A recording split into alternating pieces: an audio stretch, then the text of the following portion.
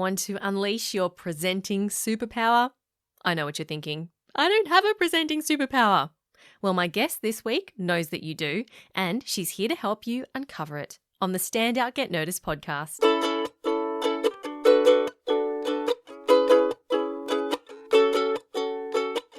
Hi there, Rockstar, and welcome to episode 292 of Stand Out Get Noticed. I'm Christina Cantor's communication skills trainer, speaker, and MC.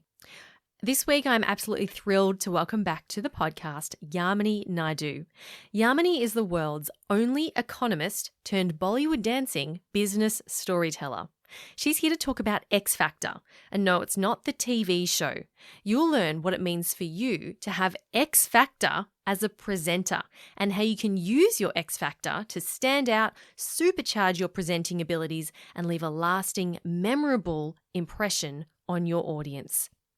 Yamini is author of the book X Factor, which you can find links to in the show notes at thecmethod.com/292. You ready to uncover your X Factor? Let's do it.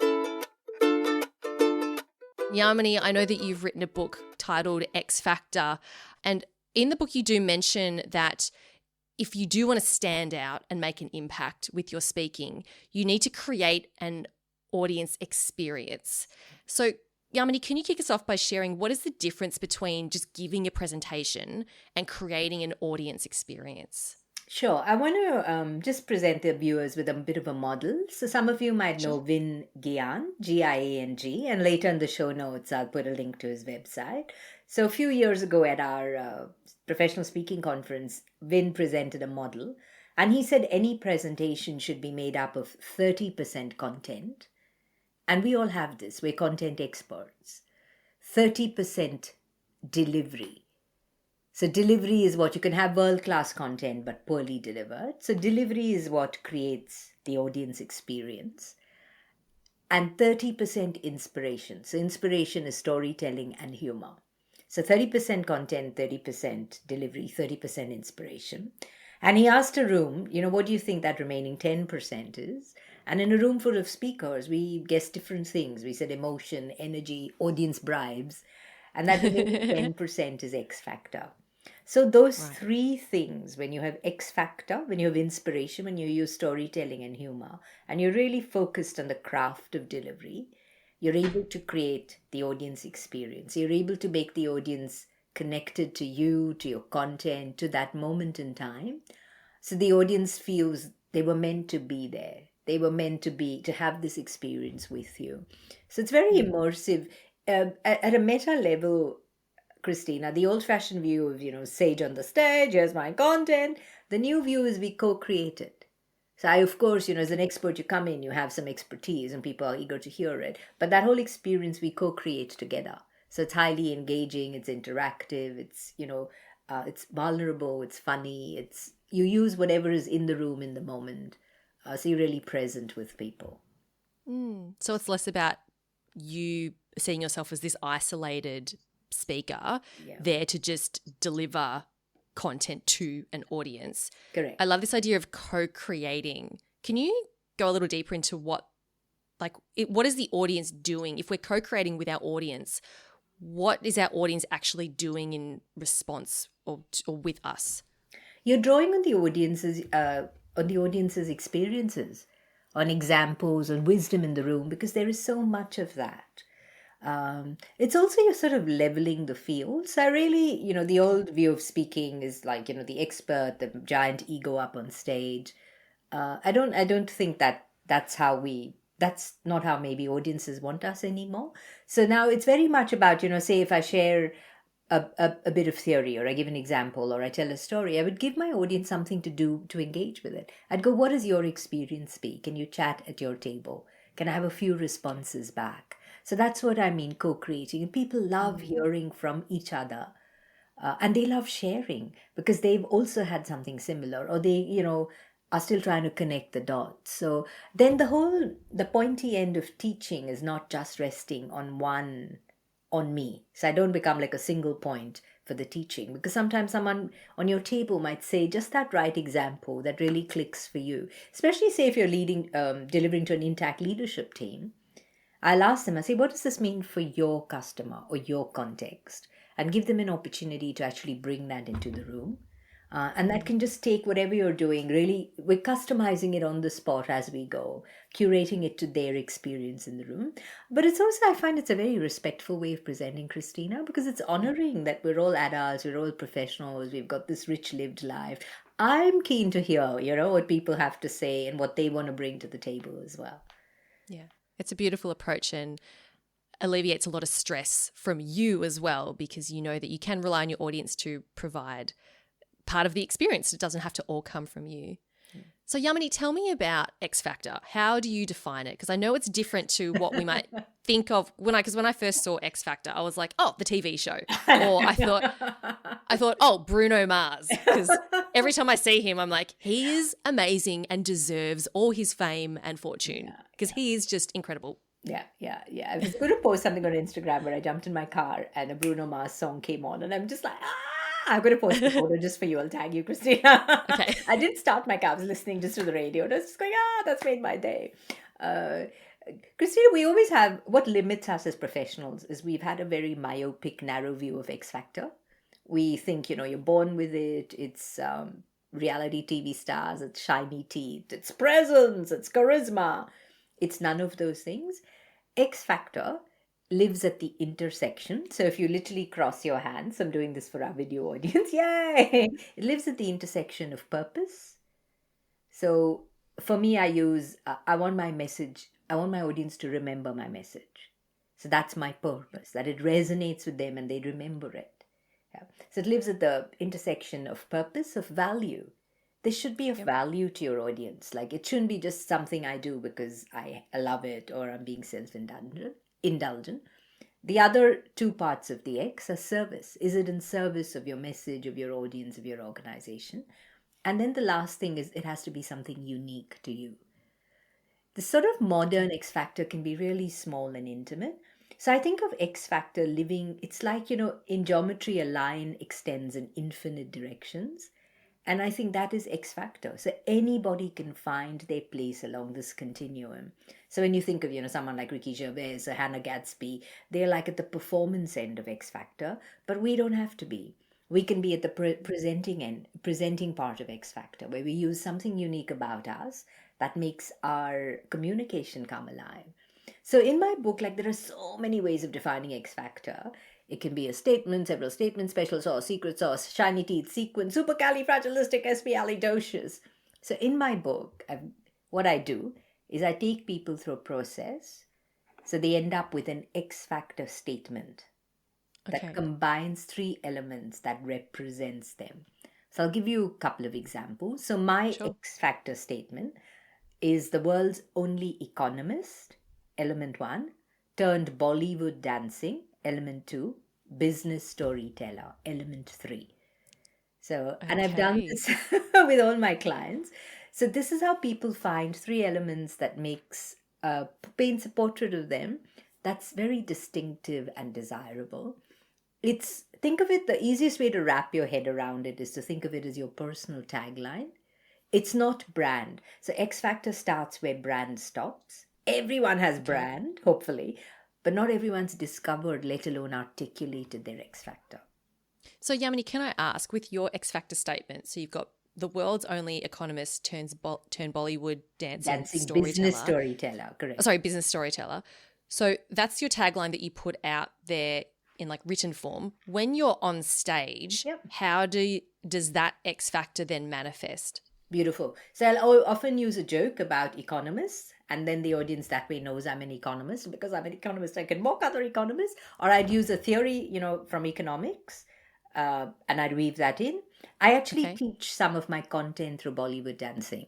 So when I want people to remember three things, I get them to do 3 moves, and then we put it to dance, and I have them all dancing. And then, of course, I would use storytelling all the way through my presentation. So that is how I would use all 3 elements of my X Factor through my presenting. So if you said that you were Bollywood dancing business storyteller, but you didn't do any Bollywood dancing in your presentations, does that then not really work? They often don't know. They don't know. They know that I'm an economist turned business storyteller. What I find, to answer that question, I'll go back a bit.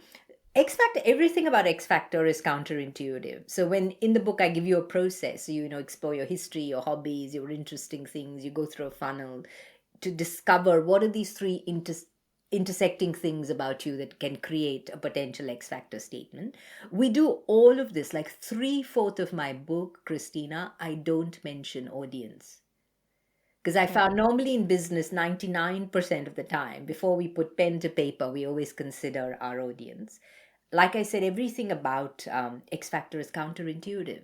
So I found if their starting point was thinking about their audience, they really diluted their X Factor.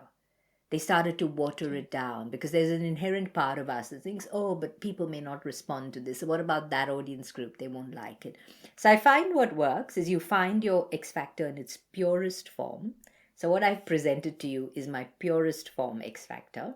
Some of my clients, like they want all three elements. They want the economist and storyteller and Bollywood dancing. They want all three. Some only want the economist and business storyteller. And I did some work recently with another client, and they only just wanted business storyteller. They didn't even care that I was an economist. So then you can curate your statement for Okay. different audiences, but you've got to have it in its purest form. Otherwise, it won't work. Yeah.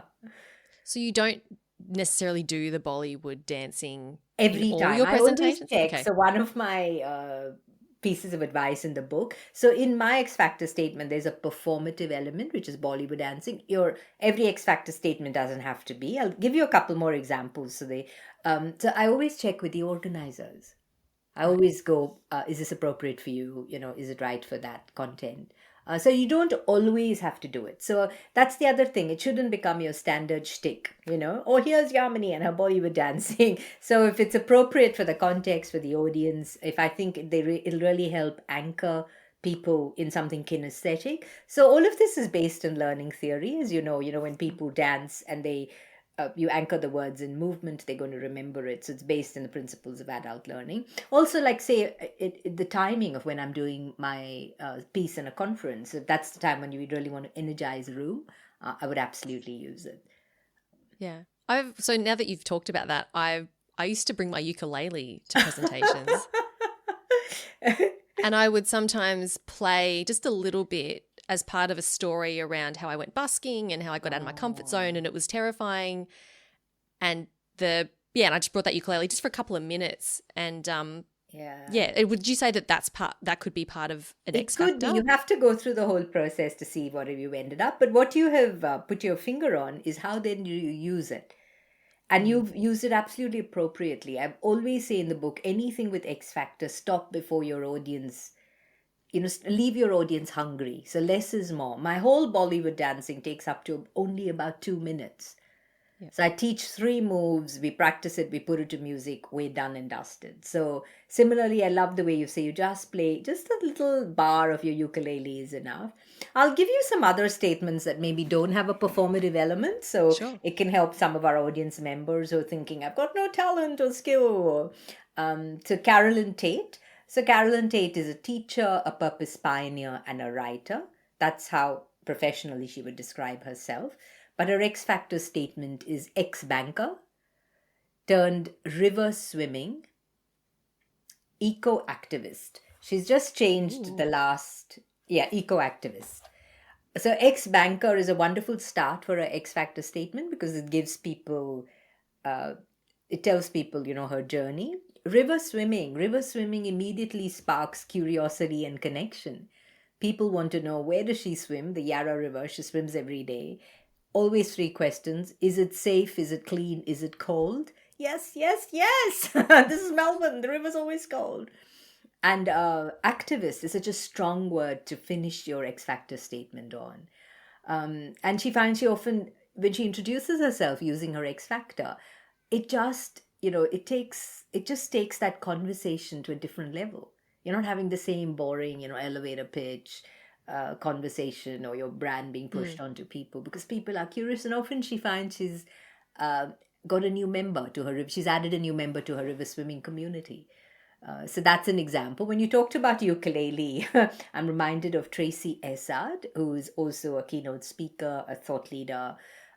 She features as a gold statement, a case study with a gold statement in my book. Uh, would you say, Christina, you've played the recorder at some portion growing up in Australia? Oh, when I was in grade 2 or 3 in school, and it's awful. It's awful, isn't it? Everyone It would be like a recorder player at some point in their life. Everyone is an ex-recorder player. Playing hot Tracy, cross buns. Tracy's statement is ex-recorder player, Harley Davidson rider, ferocious warmth leader. And I loved ex-recorder player because we're all of us are ex-recorder players. Thank God for ex-recorder players. But it's genius because nobody thinks to use it. So that first thing is funny, it's warm, it's relatable. And then boom, look at the contrast. She immediately restores her credibility with Harley Davidson bike rider. So it's such a sensory word, you can imagine her. And then she brings it home with her unique IP, which is ferocious warmth leader. So that's unique. It's the IP she's created. She's got a book and a whole platform around that. And so does she talk about her recorder playing when she's on stage? How does that part of it, how does that kind of, because you mentioned that the X Factor has to add value and be relevant, that kind of thing. Service. It depends. I haven't gone that deeply with Tracy. In fact, she was, when I was sending her a copy of my book, she was like, I was thinking of you and going to reach out to say, how can we use it? Tracy, I had an idea when I was speaking with Tracy. She actually now plays the violin. So the way I would do it, now, every presentation doesn't have to have a performative. I would actually, when she's saying ex-recorder player, I would actually bring out the recorder and play a bar. And then boom, she could put it away and then play a note on the violin. Yeah, so she could have that contrasting, a bit of fun. Okay, it was a joke, and then this is the violin piece. You can be as creative as you like in how you use it, as long as it's serving. It's got purpose, value, service. I really want those coming through. Because then you'll find the appropriate, then we're not just sprinkling like fairy dust or overdoing our X factor, or it's all sparkly and shiny, but there's no substance. In my book, I quote Michael Port, not Michael Port. Yeah, Heroic Speaking Academy. And in his podcast, Christina, one speaker, the evaluation they got, so the speaker was very, very funny. And the client or the audience evaluation was, if I wanted to laugh nonstop, I would have gone to a comedy club. So really fierce. Ouch. I know. So when we discover something, we want to just, keep doing it. But we've got to be careful that then our audience doesn't feel they're missing out on other parts of our presentation, which is the content and that experience in the room. But what the X Factor does is it lifts everything up to a different level. And it creates that audience experience. Like people never forget their Bollywood moves, or, if someone did play the ukulele, you'll never forget that. It sounds like it's really about taking an already fantastic presentation that's got the 30% content, 30% good delivery, and then 30% inspiration as well through your stories. It really sounds like the X Factor just takes that next level and makes it memorable, so that I'm guessing people retain what you've shared. Yeah, I think what it can do is shift how your audience sees itself. So what the X Factor does for you as a presenter, in my book, I cover the model. So I give you tips, fast track tips on content, on delivery, on inspiration. And as you know, Christina, I've got a book on the storytelling piece as well. So what X Factor does is it shifts what's possible with that whole experience. So you're not just, you can either create an event, you can either have an event, you can create an experience, or you can create some sort of journey that starts with that experience in the room. And that journey is probably some sort of shifting of your audience, of how they see themselves, of how they see what is possible, of the future that they see for themselves and their organization. So all of that can happen. You're starting to really unlock your audience. You're starting to loosen them up, unlock them, open them up to a world of possibilities. So there's obviously the overt things that an X Factor can do for you as a speaker, and you've identified that as well. But there's also that subtle level of what X Factor does for you, but also for your audience.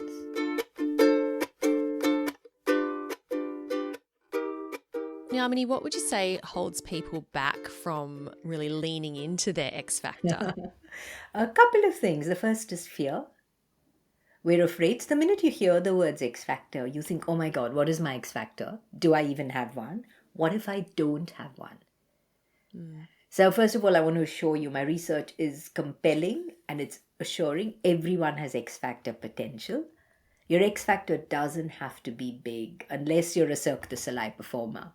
You know, like when you think of someone like the ex-Prime Minister of New Zealand, Jacinda Ardern, she was so empathetic, so relatable, so warm. That's her X Factor. Your X Factor could be you have a phenomenal memory for people's names. Or you're just brilliant with models. Just this morning I was in the gym and, you know, the video, the TV, the news was playing and this little kid was greeting Princess Catherine. And instead of doing the conventional courtesy, did you see he did these somersaults? So just in that moment, he found like a tiny bit of X Factor and she loved it. She said she was super impressed and it'll be a clip that we're going to see over and over again. I'm sure it'll be in 2023 highlights of the year. So just in that moment, he found his X Factor and did something different. So X Factor can be small, it can be intimate. What it is it's find something that's unique about you.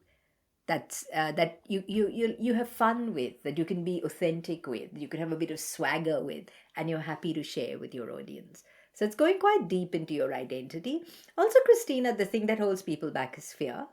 Don't worry, everyone's got X Factor potential. I give you a process. The other thing that holds us back is we want our X Factor to emerge fully formed. As soon as people start, they want a complete statement, you know, like how I've got. My statement took 15 years to evolve. So 15 years ago, I was a business storyteller, and that felt radical at that time. And I used to always do Bollywood dancing just as a throwaway energizer. About 7 years ago, I started using it as a speaking point. So I would do a little bit and demo something through Bollywood. And then 3 years ago, I started using it as a teaching point. And now then I've embraced that whole identity. So I went from business storyteller to world's only economist turned business storyteller. And now I've added the Bollywood. So it's almost like unpeeling layers of onions. So slowly your X Factor will reveal itself. But I also invite people to start small, start where they are at today. Put that thing out about you that you've always wanted to say. What I do warn people in the books, I've got a list of 100 banned X Factor words. So words like... okay, that we're not allowed to use. Okay. Yeah. So words Okay, like... what are they? If people ask me, what do I do? Like, if just, a normal conversation, I wouldn't go, oh, I'm the world's only, unless I wanted to sound like a dickhead. I would just go, I'm an author, I'm an educator. But if I put in the words author, educator into Google, I get over 200 million hits. So there's nothing unique about that. So of course you can continue to say those things, but you can't use any of those words. I've got a list of 100 words that are banned because they're not distinctive enough. They're not rich enough. They're not individual enough. So X Factor is allowing you to be original. It's saying you are original. Let's find a way to capture that. So it's quite separate to what our job title might be. Exactly. Okay. And I banned all job titles in that 100 words because I couldn't fit all job titles into the 100 plus banned list. So yeah, all of that. Just throw some words at me, innovator, a content creator, CEO, yeah, disruptor, innovator, radical thinker, out of the box, yeah, educator, teacher, writer. People love writer. But writer is very sexy, so I say please put it on your dating profile.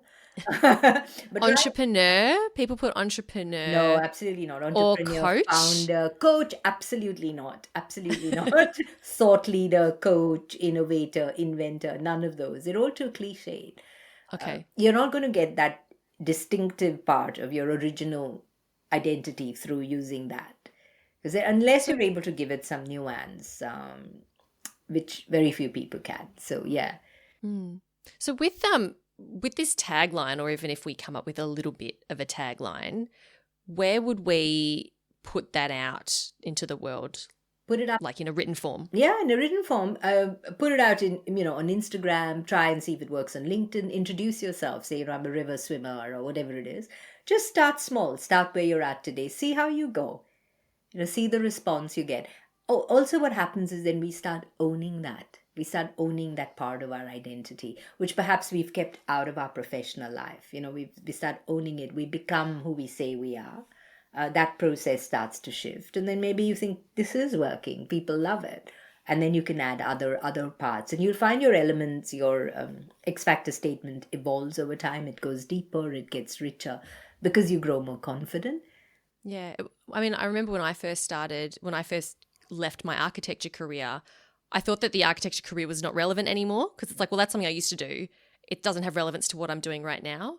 But then I noticed that people would hire me because I had the architecture background and they could see that I understood their industry because they were also in construction or in design. And I started to go, oh, okay, maybe it is relevant. Maybe I should embrace it more.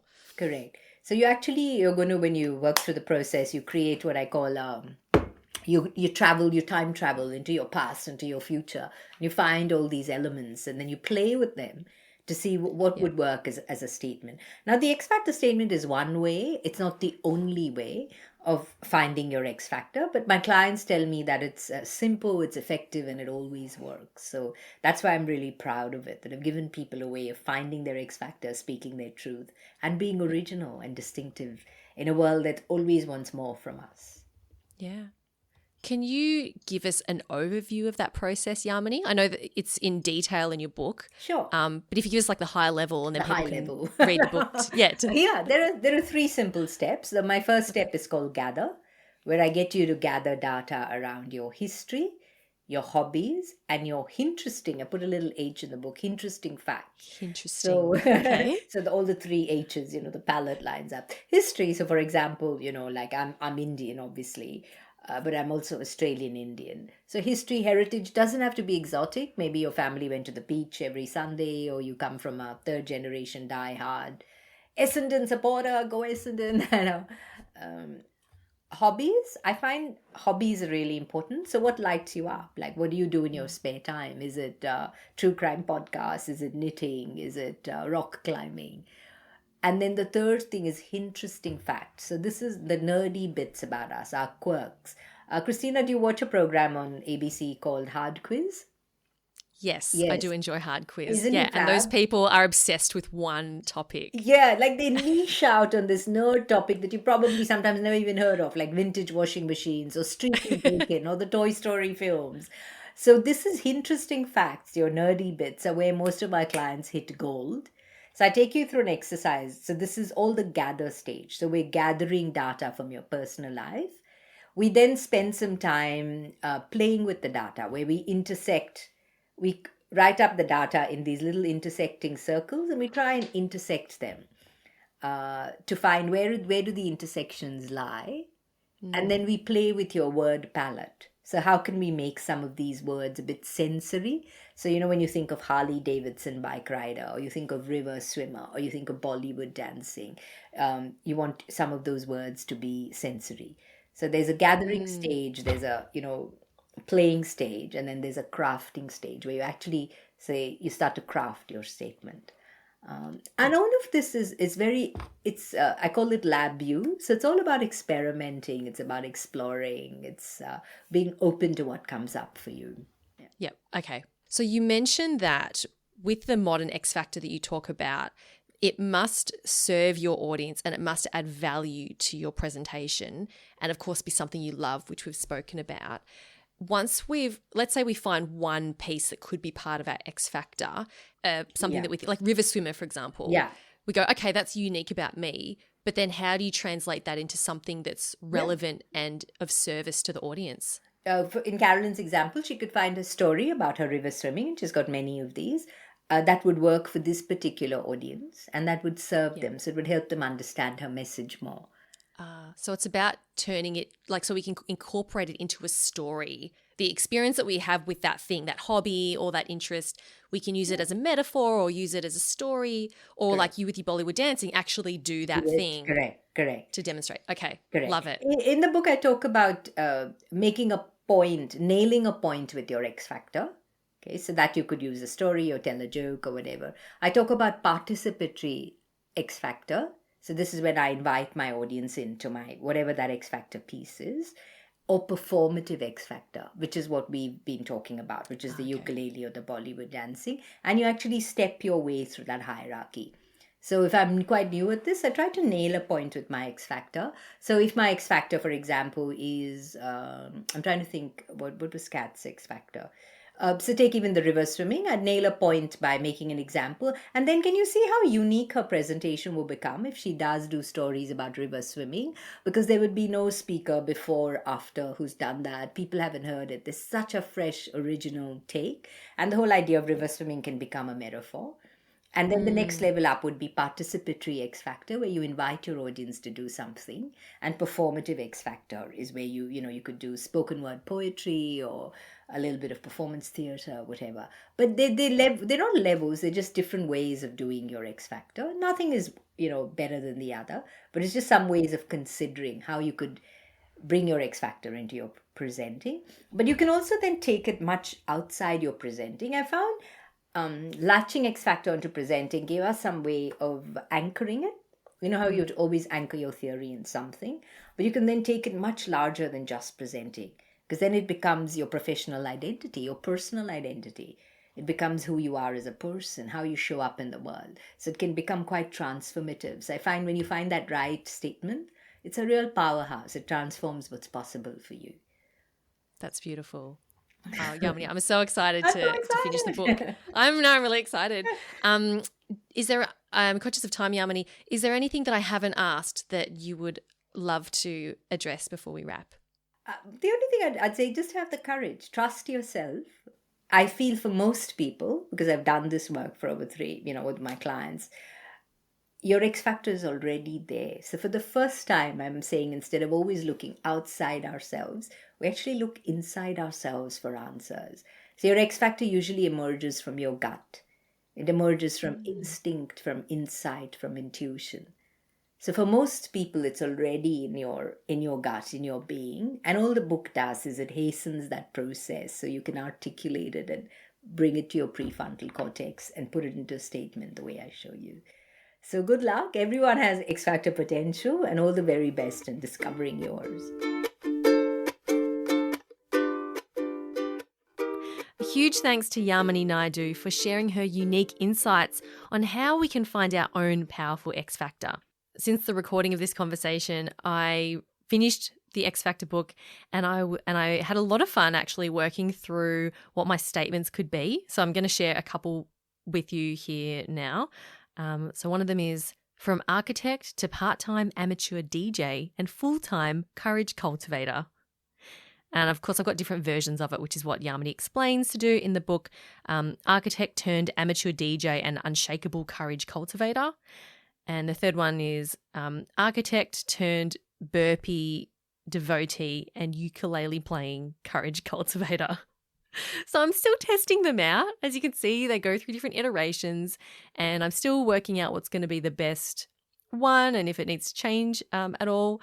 But I've been having a lot of fun with it, and I'm looking forward to unleashing this onto the world and in my presentations. So who knows, I have been known to play some ukulele, and maybe I'll bring my DJ decks and do a little remix. Who knows? We'll see what happens. Make sure you grab a copy of Yamini's book if you're also keen to explore what your X Factor might be. I'll link it up in the show notes at thecmethod.com/292. And if you do have a crack at your X Factor statement, then make sure you connect with myself and Yamini on LinkedIn. Send us a message. We would both be really keen to hear what you've come up with. Thanks so much for spending some time with me today. Keep on being awesome, and we'll chat in the next episode. I'm Christina Canters, and this has been Stand Out, Get Noticed.